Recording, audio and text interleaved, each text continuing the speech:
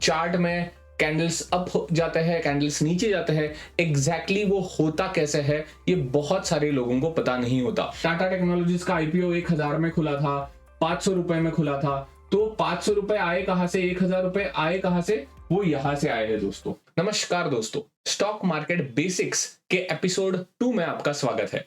इस वीडियो में हम बात करेंगे स्टॉक प्राइस एग्जैक्टली मूव कैसे होती है। आपने अभी तक देखा होगा कि स्टॉक प्राइसेस कम होते हैं, ज्यादा होते हैं, चार्ट में कैंडल्स अप हो जाते हैं, कैंडल्स नीचे जाते हैं, एग्जैक्टली वो होता कैसे है ये बहुत सारे लोगों को पता नहीं होता। ये स्टॉक मार्केट्स के फंडामेंटल्स है जो मैं इस पूरे सीरीज में समझाने की कोशिश कर रहा हूं। अगर आप स्टॉक मार्केट में नए हो तो प्लीज पहली वाली वीडियो जरूर देख लेना, एपिसोड 1 जरूर देख लेना इस सीरीज का, ठीक है। तो अभी हम देखेंगे स्टॉक प्राइस एग्जैक्टली मूव कैसे होती है, उसके रिलेटेड मैंने 3 पॉइंटर्स इधर लिखे हुए हैं, ठीक है। सबसे पहला पॉइंट होता है स्टॉक लिस्टिंग ऑन एक्सचेंजेस, ठीक है। एक्सचेंजेस क्या है, national stock exchange, Bombay stock exchange क्या है, ये मैंने पिछले वाले वीडियो में कवर करके रखा है। अगर आपने नहीं देखी है तो प्लीज जाके देखना, प्रीवियस वाली वीडियो इंपॉर्टेंट होने वाली है इस वीडियो को समझने के लिए। तो भाई प्राइस मूवमेंट समझने से पहले हमें यह समझना पड़ेगा कि स्टॉक की लिस्टिंग कैसे होती है national stock exchange and Bombay stock exchange में। अभी फॉर एग्जांपल मल्हार नाम का एक इंसान है जो कि मैं हूं और मेरी एक कंपनी है, ठीक है, मल्हार नाम की ही कंपनी है, ऐसे ही पकड़ लो।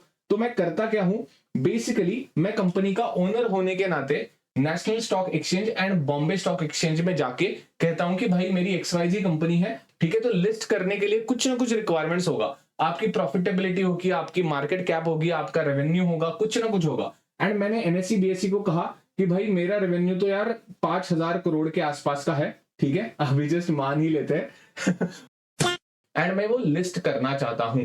ये ऑफ कोर्स कोई ना कोई फॉर्मल प्रोसीजर होगी, उधर जाके एप्लीकेशन करना पड़ेगा, सारे फॉर्मल लीगल डॉक्यूमेंट सबमिट करने के बाद मैं सारा डेटा अपने NSE या BSE को सबमिट करता हूं एंड कहता हूं भाई मेरी 5000 करोड़ की मार्केट कैप की एक कंपनी है, ठीक है।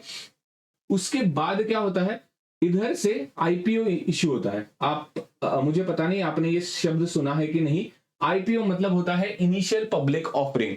कोई भी बिजनेस ओनर, मल्हार नाम का बिजनेस ओनर अपनी कंपनी पब्लिक क्यों करना चाहेगा, बहुत सिंपल है उसका रीजन, मुझे पब्लिक से पैसा चाहिए अपनी कंपनी को ग्रो करने के लिए, ठीक है। तो बेसिकली बिजनेस ओनर कहता क्या है, तो देखो पब्लिक, मेरी कंपनी है मल्हार नाम की जिसका 5000 करोड़ का टर्नओवर है, रेवेन्यू है, मार्केट कैप है, जो भी कह लो, सारे डिटेल्स पब्लिक करता है, ठीक है। पब्लिक करना बहुत ज्यादा जरूरी है, वरना कोई इन्वेस्ट करेगा ही नहीं।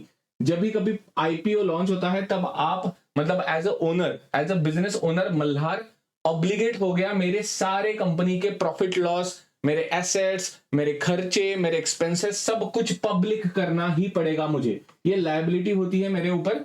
तो बेसिकली मैं कहता क्या हूं कि भाई ये मेरे पूरे कंपनी का लिखा चुट्टा आपके सामने रख रहा हूं और अभी आप एज ए इन्वेस्टर्स मेरे कंपनी में आ जाओ, इतना ही कहता है बेसिकली। मतलब बहुत आसान भाषा में, लीगल टर्म्स तो बहुत होंगे, एप्लीकेशन प्रोसेस तो बहुत लंबी होगी, बट मैं बहुत आसान भाषा में समझाने की कोशिश कर रहा हूं, ठीक है। इधर तक समझ आ गया। स्टॉक लिस्टिंग ऐसे बेसिकली काम करती है, कुछ ना कुछ आपका रेवेन्यू होना चाहिए, कुछ ना कुछ मार्केट कैप होना चाहिए। कोई जाके लाइक चट्टू पट्टू इंसान NSE BSE में कंपनी अपनी लिस्ट नहीं कर सकता, ठीक है। तो इधर तक आ गया। इनिशियल पब्लिक ऑफरिंग कहते हैं इसको, IPO, इनिशियल पब्लिक ऑफरिंग। क्यों करता है ये भी मैंने बता दिया। मैं अपने कंपनी की इंफॉर्मेशन आपको बता के आपको investor, as a investor onboard करना चाहता हूं। क्यों करना चाहता हूं, क्योंकि ऑफ कोर्स आपका पैसा मेरे कंपनी में आएगा, उस पैसे का इस्तेमाल करके मैं अपने कंपनी को और ज्यादा ग्रो कर पाऊंगा, ठीक है। इस इंटेंशन के साथ, इस मोटिव के साथ हर कोई बिजनेस ओनर अपनी कंपनीज NSE या BSE में लिस्ट करना चाहता है, ठीक है। इधर तक क्लियर। दूसरी अभी बहुत इंपॉर्टेंट बात, स्टॉक प्राइस कैसे डिसाइड होती है, कैसे डिराइव होती है, ठीक है। अभी अगेन मल्हार नाम के इंसान का ही हम एग्जांपल लेंगे जिसकी 5000 करोड़ की कंपनी है, ठीक है। 5000 करोड़ का मार्केट कैप कह लो, ठीक है, इसको हम मार्केट कैप कहेंगे आसान भाषा के लिए। 5K करोड़, 5000 करोड़ का मार्केट कैप है, ठीक है। तो बेसिकली मेरे कंपनी का मार्केट कैप इतना है।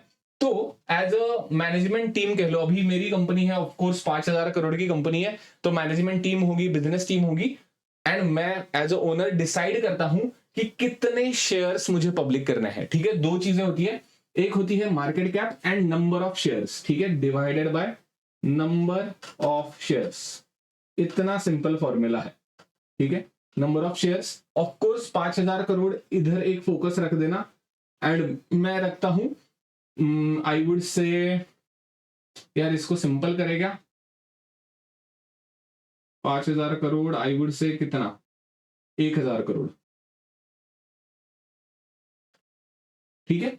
1000 करोड़ के शेयर्स मैंने एंड मेरे टीम ने या मेरे कंपनी के बिजनेस यूनिट ने डिसाइड करे कि भाई हमारी मार्केट कैप है 5000 करोड़ की, एंड हम शेयर्स कितने डिप्लॉय कर रहे हैं, ये इंफॉर्मेशन हम एनएससी बीएससी को देते हैं, ठीक है।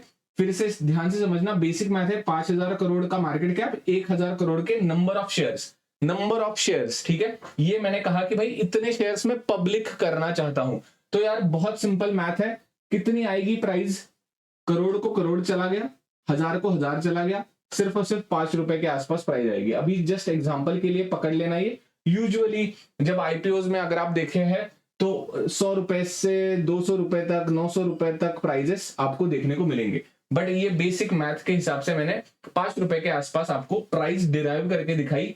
इस फॉर्मूला से प्राइस डिराइव होती है, मार्केट कैप देखी जाएगी and number of shares divide होंगे, कितने शेयर्स वो बिजनेस ओनर, वो बिजनेस टीम डिप्लॉय करना चाहती है मार्केट में, ठीक है। ये करने के बाद बेसिकली स्टॉक मार्केट, स्टॉक की प्राइस डिराइव होती है। जो भी आप आईपीओ में प्राइस देखते हो कि भाई टाटा टेक्नोलॉजीज का आईपीओ 1000 में खुला था, 500 रुपए में खुला था, तो 500 रुपए आए कहां से, 1000 रुपए आए कहां से, वो यहां से आए हैं दोस्तों, ठीक है। Market cap divided by number of shares, ठीक है। ये थोड़ा सा क्लियर करते हैं अभी, ठीक है। आई होप अभी तक ये 2 पॉइंटर्स बहुत क्लियर हो चुके होंगे। सबसे पहले स्टॉक की लिस्टिंग होती है, मल्हार नाम का जो भी बिजनेस ओनर है वो जाता है एनएससी बीएससी में, अपनी कंपनी लिस्ट करता है, एनएससी बीएससी को कहता है ये है मेरे मार्केट, ये है मेरे कंपनी की मार्केट कैप एंड ये है मेरे कंपनी के नंबर ऑफ शेयर्स जो मैं पब्लिक करना चाहता हूं, उसके हिसाब से प्राइस डिराइव होके आती है। अभी ये बेसिकली चार्ट है, अगर आपने आज तक चार्ट देखा नहीं है तो बेसिकली कुछ ऐसा चार्ट दिख रहा है, एंड जब आईपीओ होता है तब इधर किधर के आसपास प्राइस खुलती है, ठीक है। ऐसे समझ लो स्टॉक प्राइस कैसे डिसाइड हुई। अभी फॉर एग्जांपल हम 100 रुपए ही लेंगे, 5 रुपए का एग्जांपल जस्ट एक्सप्लेनेशन के लिए मैंने रखा था, ठीक है। 100 रुपीज के आसपास इधर प्राइस अभी चल रही है, स्टॉक प्राइस तक हम आ चुके हैं। अभी हम समझने की कोशिश करेंगे कि प्राइस का मूवमेंट कैसे होता है, ऊपर नीचे कैसे होती है, ठीक है। अगेन प्रीवियस वीडियो में मैंने basics of demand and supply कहा था, ठीक है, डिमांड एंड सप्लाई। इसके पर्यायवाची शब्द बहुत है, but core economics, core business in 2 शब्दों के ऊपर ही चलता है, और कुछ नहीं है बिजनेस और कुछ नहीं है इकोनॉमिक्स, डिमांड एंड सप्लाई पे ही पूरा का पूरा बिजनेस चलता है, ठीक है। अभी प्राइस मूव कैसे होती है ये समझते हैं। प्रीवियस वीडियो अगर नहीं देखी है तो एक बार क्विकली रिकैप कर देता हूं। डिमांड अगर बढ़ गया, ठीक है, आई वुड से ये अच्छा नहीं है, डिमांड एंड सप्लाई में ऐसे लिख देता हूं एंड इधर प्राइस लिख देता हूं, ठीक है। प्राइस का रिएक्शन कैसे होता है एक बार जान लो। डिमांड अगर बढ़ गया तो प्राइस बढ़ेगी, सप्लाई अगर बढ़ गया तो प्राइस घटेगी, ठीक है। ये फंडामेंटल्स इकोनॉमिक्स के आपको पता होने चाहिए, इसके हिसाब से बेसिकली प्राइस मूव होती है, ठीक है। तो अगर बेसिकली इसके बाद आपके मन में ये सवाल आ सकता है कि डिमांड सप्लाई डिसाइड कैसे होती है। बहुत सारे अलग अलग फैक्टर्स हैं किसी भी कंपनी की डिमांड एंड सप्लाई डिसाइड होने में, चाहे अभी न्यूज बेस्ड मार्केट चल रहा हो, चाहे कोरोना की न्यूज हो, चाहे कुछ भी चल रहा हो। अभी रीसेंट इवेंट्स में अमेरिका ने मेजरली टैरिफ्स लगाए हैं, तो बहुत सारे कंपनीज की डिमांड बढ़ भी गई है एंड सप्लाई भी बढ़ गई है, बिकॉज एक्सपोर्ट कम होगा, इंपोर्ट कम होगा। तो बहुत सारे फैक्टर्स की वजह से डिमांड एंड सप्लाई डिसाइड होती है किसी भी कंपनी की, किसी भी कंपनी के स्टॉक की, ठीक है। बट आपको ये समझना है डिमांड बढ़ गई तो प्राइस बढ़ जाएगी, सप्लाई बढ़ गई तो प्राइस कम हो जाएगी, ठीक है। तो अभी again coming back to the core point, price move कैसे होती है डिमांड एंड सप्लाई से। मेजरली जो पूरा का पूरा स्टॉक मार्केट कह लो, शेयर मार्केट कह लो, वो 2 इमोशंस के ऊपर चलता है। आपने अभी तक सुना होगा शायद ग्रीड एंड फियर, ठीक है। ये 2 इमोशन से कोर मार्केट चलता है।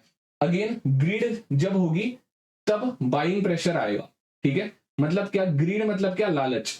इसका मतलब क्या है, अभी फॉर एग्जांपल निफ्टी अभी ऊपर जा रही है, तो मेजॉरिटी ऑफ द पार्टिसिपेंट्स, वो चाहे रिटेल इन्वेस्टर्स हो, चाहे एफआईआई हो, चाहे डीआईआई हो, चाहे कोई भी इन्वेस्टर्स हो, उनके अंदर अगर ग्रीड आ गई, ग्रीड मतलब क्या, वो अभी पार्टिसिपेट करना चाहता है, उनको अभी प्रॉफिट कमाना है, इसका मतलब क्या, वो बायर बन जाएंगे। Greed triggers buying, buying triggers demand, ठीक है, ये बेसिक फंडामेंटल रूल है। एंड ऐसे तरीके से प्राइस बढ़ती हुई आपको दिखाई देगी, ठीक है। अभी ग्रीड आने के मल्टीपल रीजंस है, ठीक है। इसके अंदर कंपनी का प्रॉफिट हो सकता है, जैसे मैंने कहा था कि भाई कंपनी की मार्केट कैप है, कंपनी की मार्केट अगर प्रॉफिट बढ़ गया तो ऑफ कोर्स कंपनी की मार्केट कैप बढ़ जाएगी, ठीक है। मार्केट कैप बढ़ गई तो ऑटोमेटिकली प्रॉफिट देखने के बाद, मार्केट कैप बढ़ने के बाद ज्यादा से ज्यादा लोग उस शेयर्स को खरीदना चाहेंगे, तो अल्टीमेटली इमोशन कौन सा आ गया, ग्रीड का आ गया। तो अगेन ग्रीड ट्रिगर करता है बाइंग को। अभी उसके बाद, ग्रीड के बाद दूसरा इमोशन होता है फियर का, ठीक है। Corona is the best example, जो कोविड पेंडेमिक हुआ था वो फियर ड्रिवन मार्केट था। जब भी कभी फियर होगा तब सेलिंग की तरफ जाएगा मार्केट, ठीक है। सेलर कह लो, सेलिंग कह लो, कुछ भी कह लो, तो फियर जब आएगा तब सेलिंग की तरफ मार्केट जाएगा। जब भी कभी सेलिंग होगी, कोई भी चीज देख लो आप, मेजॉरिटी सेलिंग मतलब क्या, आप मार्केट में धकेल रहे हो सप्लाई को, तो बेसिकली सेलिंग क्या ट्रिगर करती है, सप्लाई ट्रिगर करती है। इसका मतलब क्या होगा, सप्लाई बढ़ गई एंड प्राइस नीचे आ गई, ठीक है। ये बेसिकली ऐसे फ्लो चार्ट चलता है। ग्रीड होने के कारण भी बहुत हो सकता है, फियर होने के कारण भी बहुत हो सकता है, जैसे कि न्यूज हो गई, कोई जियोपॉलिटिकल इवेंट हो गया, ठीक है, कोई वॉर हो गया, कुछ भी हो सकता है जो फियर ट्रिगर करेगा।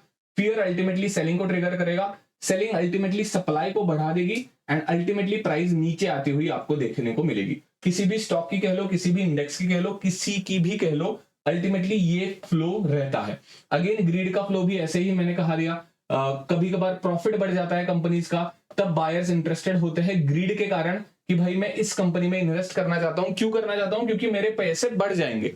कोई भी इंसान किसी भी कंपनी में इन्वेस्ट तभी करता है जब उसको लगता है कि भाई मेरे पैसे बढ़ने वाले हैं, ठीक है। तो अल्टीमेटली वो ग्रीड का इमोशन होता है, ठीक है। प्रॉफिट बढ़ना हो गया या कोई भी पॉजिटिव न्यूज हो गई कंपनी की, फॉर एग्जांपल रिलायंस की कंपनी है, कुछ एक नया पावर प्लांट डाल रही है, कुछ नया टावर या कुछ जियो की नई सर्विसेज डाल रही है, तो पॉजिटिव न्यूज भी इंपैक्ट करती है ग्रीड को, ठीक है। तो ग्रीड एंड फियर को ट्रिगर कौन करेगा, इसके मल्टीपल रीजंस होते हैं दोस्तों, ठीक है। इसका कोई भी एक फिक्स रीजन नहीं होता, बट अल्टीमेटली आपको कोर रूट ये समझना है, ये दो इमोशंस के ऊपर पूरा का पूरा मार्केट चलता है, ठीक है। पूरी की पूरी प्राइस मूवमेंट इसके ऊपर होती है। आई गेस इतना ही है, यही कोर रीजन होता है प्राइस मूवमेंट का। मैंने पूरा समझा दिया। ग्रीड आने से बाइंग कैसे होती है, बाइंग आने से ऑफ कोर्स डिमांड बढ़ जाएगी एंड डिमांड बढ़ने से प्राइस बढ़ ही जाएगी। उसका उल्टा एग्जैक्टली फियर के दौरान होता है। फियर के भी रीजंस मैंने बेसिक बता दिए। फियर से मेजरली सेलिंग ट्रिगर होती है, सेलिंग ट्रिगर होने से सप्लाई बहुत ज्यादा बढ़ती है। अगेन अगर आपको फॉर्मूला पता है मार्केट कैप, ठीक है, market cap divided by number of shares, ठीक है। तो ये जो सप्लाई की मैं बात कर रहा हूं वो अल्टीमेटली क्या है, ठीक है, ये समझ लेना। ये अल्टीमेटली नंबर ऑफ शेयर्स ही है दोस्तों, ठीक है। सेलिंग आ गया, सेलिंग किसका हो रहा है, नंबर ऑफ शेयर्स का हो रहा है। तो नंबर ऑफ शेयर्स अगर बढ़ गए तो उसकी वैल्यू अल्टीमेटली कम होगी, एग्जैक्टली वही है। तो जब भी कभी सेलिंग आती है तब कौन अफेक्टेड रहता है, number of shares. Number of shares बढ़ जाते हैं, of course number of shares बढ़ गए, इधर डिवाइडर बढ़ गया मार्केट कैप में से, प्राइस कम होगी कि ज्यादा होगी, बेसिक मैथ है, ठीक है। मार्केट कैप जो कि त्यों है, बट नंबर ऑफ शेयर्स बढ़ रहे, तो इसकी वैल्यू घटेगी या बढ़ेगी, of course number of shares जितने बढ़ेंगे उतनी इसकी वैल्यू घटती चली जाएगी। उसका उल्टा एग्जैक्टली डिमांड में होता है। डिमांड मतलब क्या, बहुत ज्यादा लोग खरीदना चाहते हैं, तो जो नंबर ऑफ शेयर्स है वो बढ़ जाएंगे या घट जाएंगे, of course number of shares कम होंगे, ठीक है। डिमांड बढ़ेगी तो नंबर ऑफ शेयर्स कम होते चले जाएंगे, लोग खरीदते चले हुए जाएंगे, एंड जैसे ही ये नंबर कम होता है, नंबर ऑफ शेयर्स का नंबर कम होता है, अल्टीमेटली मार्केट कैप के हिसाब से प्राइस बढ़ने लगती है, ठीक है। आई गेस क्या market cap and number of shares के हिसाब से भी मैंने रिलेट करके आपको समझा दिया है। यही कोर फंडामेंटल्स है प्राइस मूवमेंट के। आई होप आपको इस वीडियो से कुछ ना कुछ सीखने को मिला होगा। अगर आपके इस वीडियो के कोई भी डाउट्स है तो आप कमेंट्स में पूछ सकते हो। आने वाली video most probably trading and investing के ऊपर होगी। उसके बाद हम technical analysis and fundamental analysis की भी बातें करने वाले हैं। तो that is it for this video. अगर आपको इस वीडियो से कुछ भी सीखने को मिला है तो please hit like and subscribe to the channel. अगर आपके कोई भी डाउट्स है तो आप कमेंट्स में पूछ सकते हो। Thank you, bye bye.